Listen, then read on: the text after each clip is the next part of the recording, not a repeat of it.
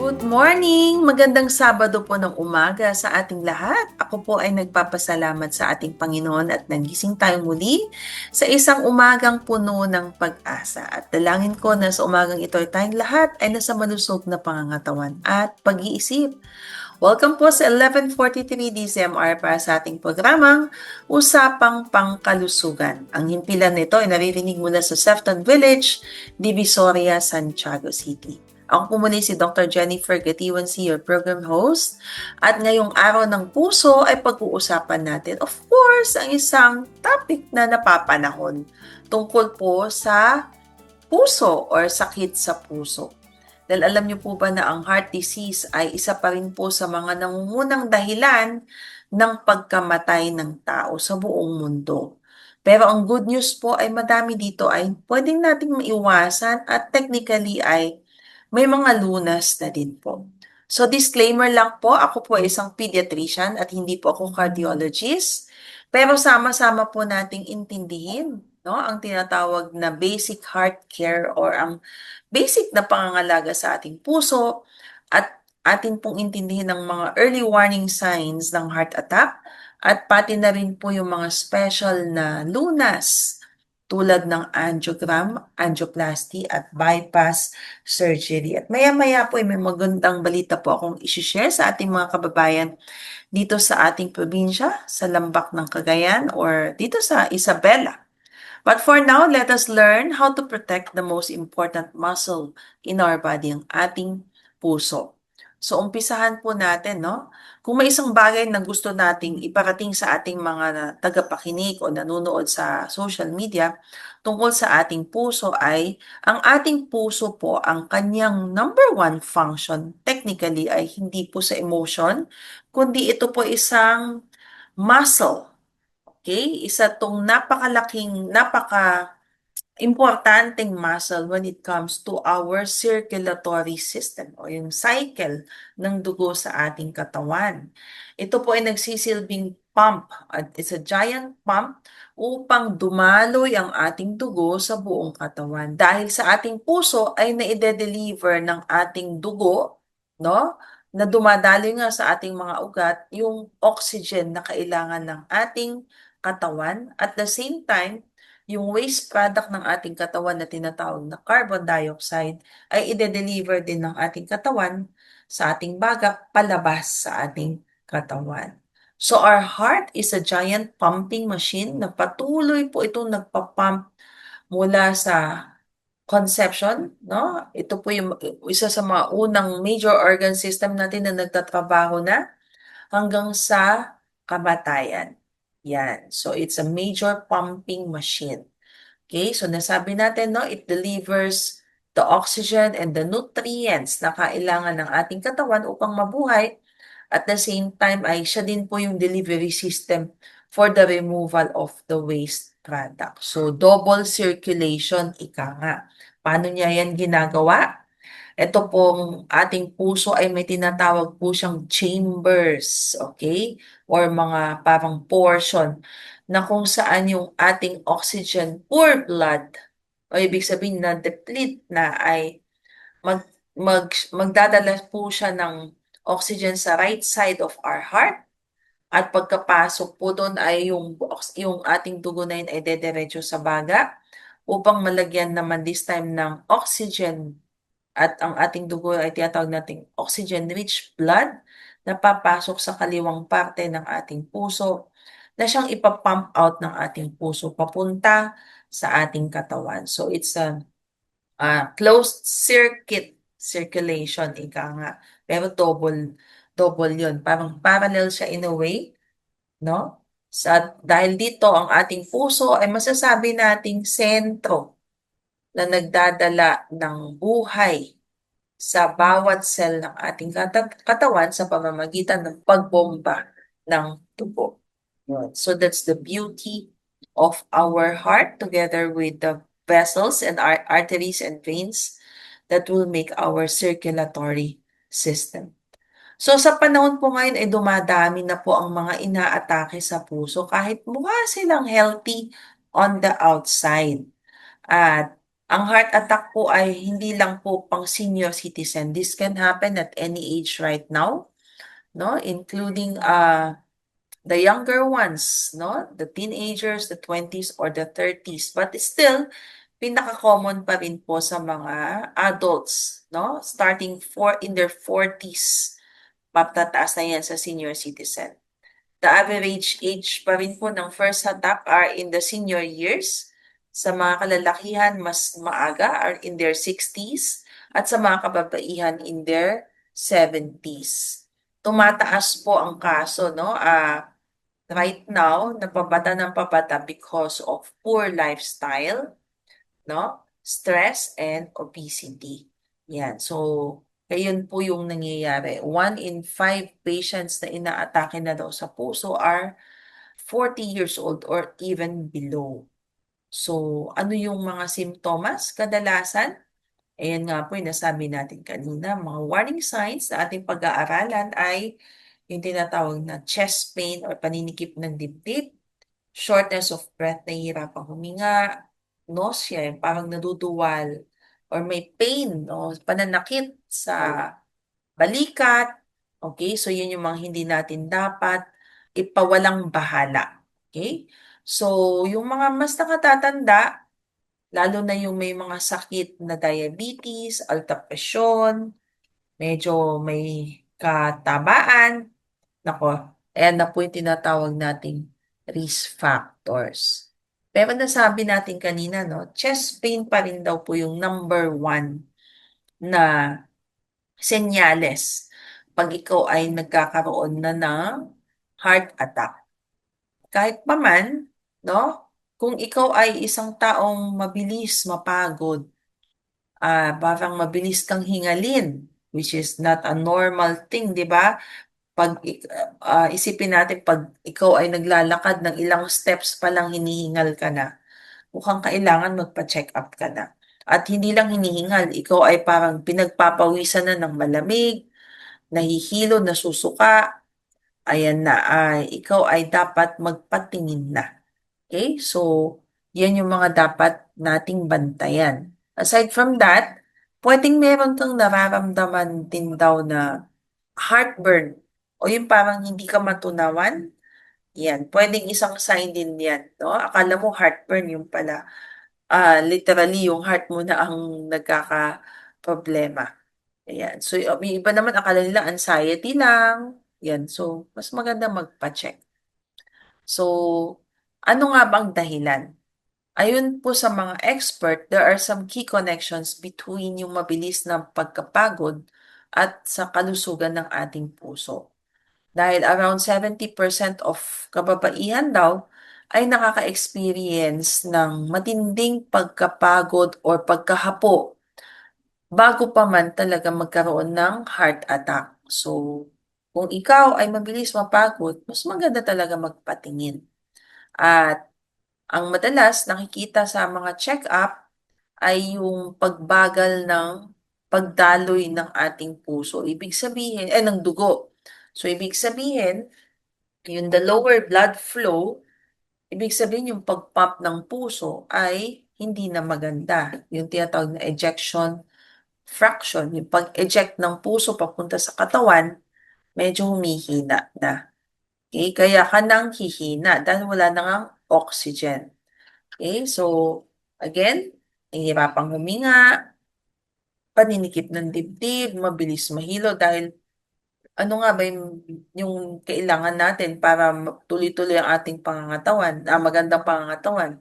Yung oxygen na nakasalalay yan sa pagdaloy ng dugo at yung ating dugo na dumadaloy ay nakasalalay yan sa magandang pagpump ng ating puso. So parang domino effect. Kung hindi maganda yung pagpump ng puso mo, hindi maganda yung daloy ng dugo, hindi papasok yung oxygen at nutrients sa ating katawan, mabilis ka nga namang manhina, 'di ba? Parang low-bat, ika nga.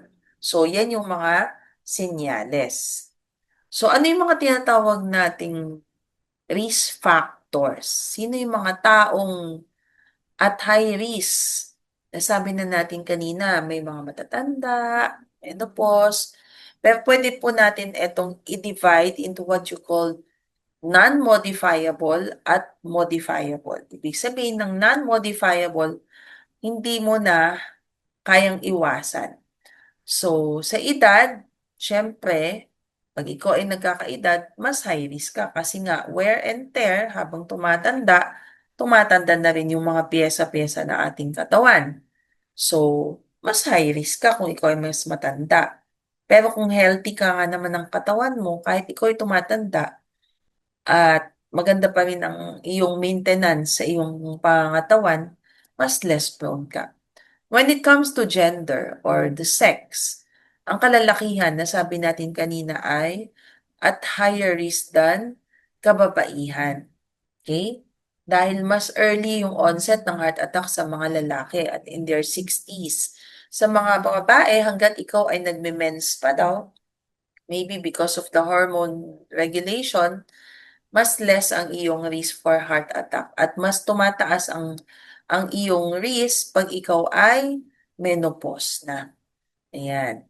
So, family history and race and ethnicity. May mga certain race like I think black people are more prone to heart attack.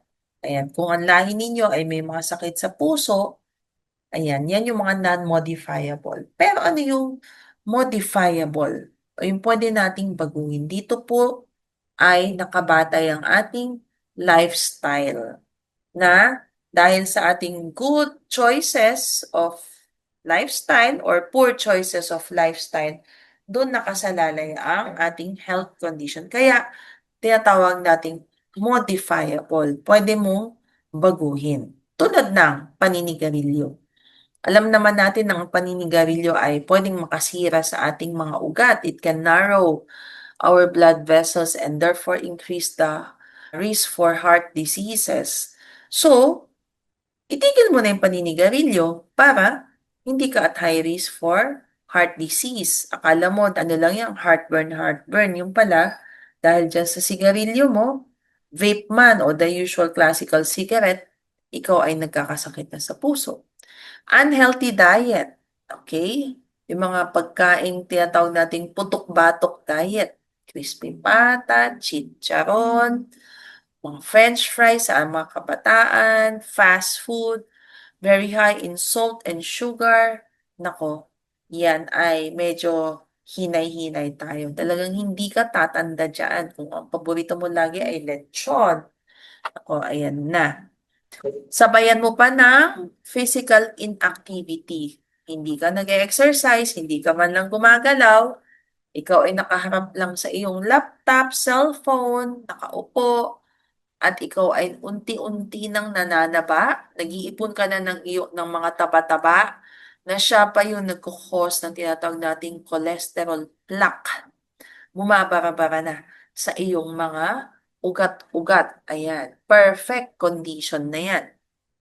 So dahil doon, nagkakaroon ka na ng mga tinatawag nating medical conditions or comorbidities. Alta presyon, high blood, high cholesterol, you are now in your pre-diabetic or even diabetic state, ayan na.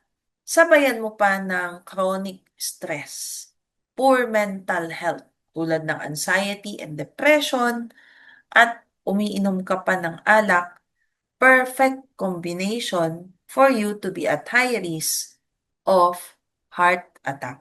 Ayan. So, yan yung mga modifiable. So, kung tanggalin natin ang stress, alak, ayusin natin ang ating mga kinakain, tayo ay maglakad-lakad, we do the right thing, yan yung tinatawag nating modifiable. Hindi mo man mapili ang iyong lahi, hindi mo man mapili ang iyong gender na na high risk, pero with your lifestyle, pwede mong ayusin at ikaw ay mag less prone to heart attack. Okay? So for the ethnic background, I think this one, based on our research, Black African, South Asian, so sila yung mas high risk. Okay? So sa mga kababaihan, although akala ninyo okay kayo, pero kung ikaw ay nagbuntis at may history ka pala ng preeclampsia during your pregnancy, yung hypertension during your pregnancy, you are at greater risk. So sa Ating research sa US, pareho din sa Pilipinas, the three major risk factors technically are alta presyon, high cholesterol because of poor diet, and lifestyle, alak at sigarilyo ay ganun din ang dahilan. So, paano po natin sinusuri ang ating puso or ating katawan pag iniisip natin tayo ay may risk to have heart diseases? So, ang mga karaniwang test ay na ginagamit ay may mga blood test or mga special procedures. Okay? So, for the special procedures, kasama dito yung ECG or the echocardiogram. Okay? May ultrasound, stress test, angiogram at iba pa. Isa-isahin po natin. No? Start tayo sa ECG or electrocardiogram or EKG kung minsan. So, dito po sa procedure na to, sinusukat po yung mga electrical activity, kuryente ng ating puso upang makita yung regularity ng pagtibok ng ating puso. So, kung medyo nag-short circuit, nakikita doon, then we will do the next test. Tulad ng echocardiogram. So, kanina electrocardiogram, ngayon echo. So, may sound. Dito po pumapasok yung 2D echo upang makita po yung hugis, laki at paggalaw ng mga chambers or valves ng ating puso. At pag may nakita, konti, with the same procedure, echocardiogram, ay mag-undergo ng stress test yung tao. So, sinusuri kung paano tumutugon ang puso habang under stress. So, mag-exercise using the treadmill upang lalo pang mas makita yung pagdaloy ng dugo kung our hearts are under stress or under pressure. Kasi yung the usual 2D echo nakahiga ka lang. Pero ang gagawin, medyo i-stress, makikita kung paano titibok yung puso if under stress. Now, if may nakita ulit doon, then papasok na yung tinatawag nating coronary angiogram. Dito ay gumagamit na ng mga special dye or kulay na dadaloy sa ating ugat at after that, ito ay parang makikita yan yung ganda ng pagdaloy through x-ray kung makikita na kung may bara-bara. Dahil kunyari kung hindi maganda yung pag-pump, big sabihin may bumabara ng blood supply. Aside from that, pwede ding i-monitor yung pag-pump ng ating puso kasi baka during the time na ikaw ay nag-ECG, maganda yung electrical circuit, pero during the day, biglang pumapalya. Kaya meron tinatawag na 24-hour Holter monitor na para siyang ECG, pero 24 hours niyang imo-monitor yung pagtibok ng iyong puso. Okay? Aside from that, may mga certain blood tests, imaging procedures like CT scan, MRI, nuclear tests. Okay? So, yung pagpili po ng mga test na to ay depende sa simptomas na meron ng isang pasyente. Hindi naman niya lahat ipagagawa yan. Pwedeng as simple as X-ray, ECG lang. Pag may nakita, that's the time that they will advance into more tests. So kung ikaw ay nalamang meron kang at risk for heart attack, may pag-asa na pong magamot itong mga sakit sa puso. Aside from, of course, number one, lifestyle change. Okay? Pero kung medyo malala na at kailangan pa ng mas matinding mga intervention, dito na po pumapasok yung tinatawag nating angioplasty at bypass surgery. So, lalo na kung ikaw ay dumanas na ng tinatawag nating heart attack. So, this is the next thing to do, no? This is already technically an emergency procedure para mabilis na maibalik yung magandang daloy ng dugo sa ating katawan. The same time, may mga kasamang gamot na ipaiinom, yung tinatawag nating mga blood thinner or clot blasters, ika nga, para matunaw yung mga nakabara-bara at dumaloy yung dugo. So, para magandang pagdaloy ng dugo, syempre yung pagdadaluyan ng dugo, kailangan mai-repair, ika nga. So, dun po pumapasok yung tinatawag na angioplasty or stenting. So, ano po itong procedure na to? Ito pong procedure na to, ay may pinapasok na parang tube, okay? sa ating ugat at parang i-inflate yun para ulit lumuwag yung mga ugat. At siyempre, gaganda yung daloy ng dugo. Ito po ay ayon sa American Heart Association. Okay? So, yan yung ginagawa ng angioplasty. At the same time, may mga certain medications, of course, oxygen therapy. So, kailangan na nila ng oxygen, more oxygen, para makarating na yung mga oxygen sa ating katawan.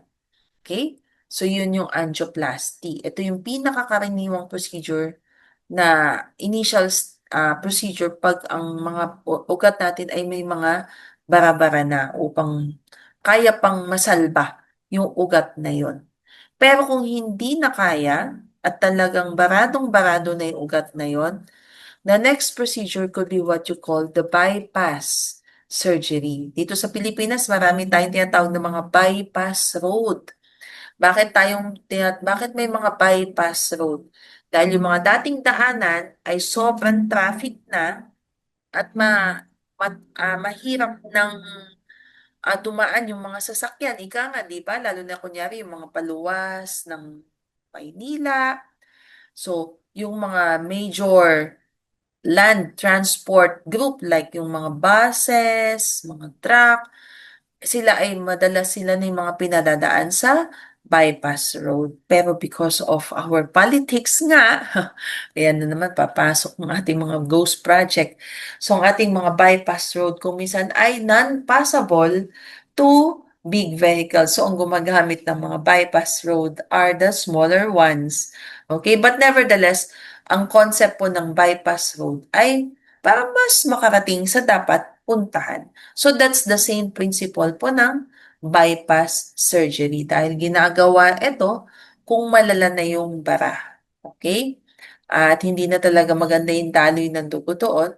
So, gumagawa ng bagong ugat. Okay? So, kukuha po ng ugat sa ibang bahagi ng katawan. Okay? So, madalas po ito yung ugat sa legs para gumawa ng bagong ugat sa puso. Doon ilalagay. So, yun yung bypass na ugat. Ayan.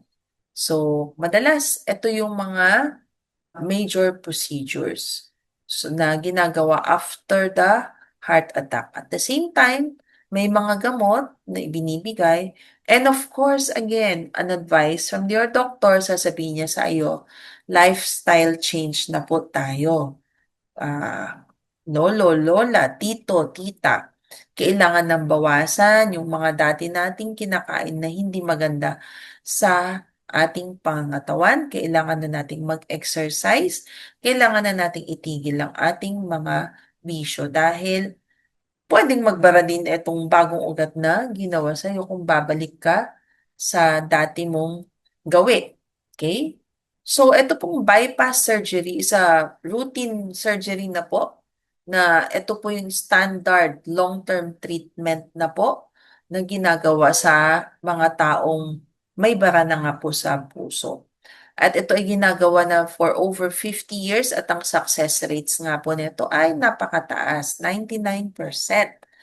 Okay? Pero syempre, tulad din ng mga ibang major operation, may mga potential risk tulad ng pagdurugo, infection, o kung minsan, another stroke. Pero syempre, bago po mag-undergo ng operation yung pasyente ng at least for may mga heart diseases, syempre sisiguraduhin din ng mga specialista, ng mga surgeons na safe ang procedure.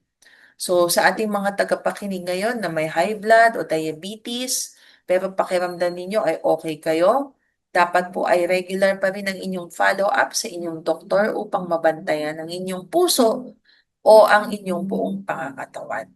So bago po tayo magtapos, ay may share ko lang po sa ating lahat na meron na po tayong Heart Institute dito sa ating probinsya at ito po ay matatagpuan sa Santiago Medical City na kung saan ay meron na po tayong pasyenteng nag-undergo na po ng mga angioplasty at bypass procedure na successful po by the grace of God. So hindi na po natin kailangan lumuwas ng Maynila upang magpagamot, upang magpa-undergo ng mga angioplasty or even the bypass, at meron na po tayong mga dalubhasa na handang magsilbi dito sa ating probinsya. So sa ating pagtatapos, akin pong ibahagi ang salita ng Diyos mula sa Jeremiah 17 verse 9. Sabi dito, ang ating puso ay mandaraya kaysa lahat ng bagay at totoong makamandag. Sinong makakakilala? So binibigyan din dito ang kakayahan ng ating salawahang puso na linlangin ang ating sarili. Pwede niya tayong lokohin at ang matinding kasamaan nito, na tanging ang Diyos lamang ang lubos na nakakaalam at nakakaunawa sa atin. So aminin man natin o hindi, dahil nga pwede nating lokohin ang sarili natin, lumalabas etong ating masamang pag-uugali, no? Na ultimo ang ating physical na pangangatawan ay pwedeng mag-suffer because of our poor choices na nag-uugat sa ating spiritual na kondisyon ng ating puso. Okay? At ang lunas lamang dito ay ang tinatawag nating spiritual heart transplant, ang pagbabagong pananaw at the same time pagbabagong ugali na manggagaling lamang mula sa tulong ng ating Panginoon. Sabi nga ni Haring David nung siya ay nagkasala na nagkaroon siya ng isang bawal na relasyon sa isang babaeng may asawa at siya ay nabuko ni Propetang Nathan at siya ay nag-confess. Sabi niya sa Awit 51 verses 10 to 12 nang siya ay nag-confess, sabi niya, isang pusong tapat sa akin ay likhain. Bigyan mo, O Diyos, ng bagong damdamin. Sa iyong harapay, huwag akong alisin. Isang banal na espiritu'y paghariin. Ang galak na dulot ng iyong pagliligtas, ibalik at ako po ay gawin mong tapat. So, Diyos lang talaga ang kayang maging healer o siya lang ang tunay na magbibigay lunas sa ating salawahang puso. And God, our divine healer, is also our spiritual heart transplant expert. Sabi niya sa Ezekiel 36:26 to 27, ang ating Panginoon mismo ang nangako dito. Sabi niya, bibigyan ko kayo ng bagong puso at bagong espiritu. Ang inyong masuwaying puso ay gagawin kong pusong masunurin. Bibigyan ko kayo ng aking espiritu upang makalakad kayo ayon sa aking mga tuntunin at masunod ninyong mabuti ang aking mga utos. At dahil doon, sa bawat pagtibok ng ating puso, ito ay tumitibok na ng dalisay na may takot at pagkilala sa ating Diyos na hindi na siya isang salawahang puso. So mga kaagapay, tandaan natin, hindi lang emosyon ang hawak ng ating puso, kundi buhay natin mismo. Our small daily habits, tamang pagkain, regular check-up, controlled blood pressure, controlled sugar level, low cholesterol level, malaking bagay na po yan para sa ating pangangatawan. Huwag nating hintayin ng emergency bago tayo kumilos dahil mahal din po itong mga treatment neto. Baka dun pa lang ay mamatay na tayo sa gastusin. So this has been your host, Dr. Jennifer Gatiwan C., reminding everyone, alagaan ang ating puso para sa mas masaya at mas mahabang buhay kasama ang ating pamilya. Abangan niyo po ako muli sa susunod na Sabado para sa ating programang Usapang Pangkalusugan. Dito lamang po sa 1143 DZMR, proud member of KBP. Ating tandaan, ang ating kalusugan ay kayamanang di mapapantayan. Stay healthy, stay informed, and God bless everyone. Happy weekend!